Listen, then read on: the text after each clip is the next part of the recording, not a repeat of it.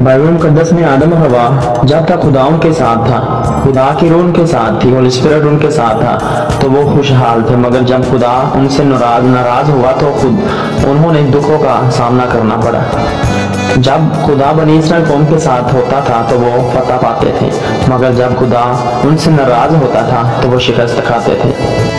खुदा के कलाम में लिखा है कि मुझसे जुदा होकर तुम कुछ नहीं कर सकते।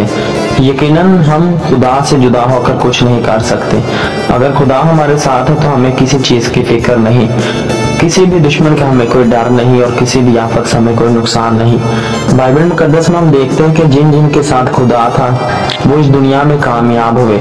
उनको कोई दुख नहीं था, उनको कोई परेशानी नहीं थी, मगर जिनके साथ खुदा नहीं रहा वो उन्होंने दुखों, मुसीबतों और जुल्म का शिकार हुए। बाइबल मुकद्दस में आदम और हवा जब तक खुदा उनके साथ था, खुदा की रूह उनके साथ थी, होली स्पिरिट उनके साथ था, तो वो खुशहाल थे। मगर जब खुदा उनसे नाराज हुआ तो खुद उन्होंने दुखों का सामना करना पड़ा। जब खुदा बनी इस्राएल कौम के साथ होता था तो वो फतह पाते थे, मगर जब खुदा उनसे नाराज होता था तो वो शिकस्त खाते थे। जब खुदा की रूह साउल से जुदा हुई तो बुरी रूह उस पर आ पड़ी और वो दुश्मन के हाथों से मारा गया। जब खुदा दाऊद से नाराज हुआ तो उसका बेटा अबीसलोम उसका मुखालिफ हो गया और उसको भागना पड़ा। जब खुदा की रूह समसून से जुदा हो गई तो उसकी आंखें निकाल दी गई, वो जुल्म का शिकार हुआ, वो दुखों में चला गया, वो जिल्लत का शिकार हुआ और चक्की पीसा करता था। जब तक खुदा उनके सबसे के साथ था दुनिया पर वो गालिब था, वो एक हजार को अकेला मार देता था।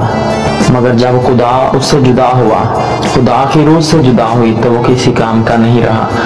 आज आप में से भी बहुत से लोग ऐसे हैं जो खुदा के रूह को रंजीदा करते हैं, खुदा को अव्वल दर्जा नहीं देते, अपनी काबिलियत पर फख्र करते हैं, गुरूर, हसद, गुमांड में जिंदगी बसर करते हैं। मगर याद रखिए, अगर आप ऐसा करते हैं तो खुदा आपके साथ नहीं है, और अगर खुदा आपके साथ नहीं है तो आपको दुखों, मुश्किलों और तकलीफों का सामना करना पड़ेगा। इसीलिए खुदा को अव्वल दर्जा दे और खुदा के हाथों में अपनी जिंदगी दे दे। कलाम में लिखा है, अगर डाली दरख्त के साथ कायम रहती है तो तभी फल लाती है। अगर हम खुदा के साथ कायम रहेंगे तो तभी हम फल लाएंगे और इस दुनिया में और आलमे बाला में खुदा का इस्तकबाल करेंगे। आमीन।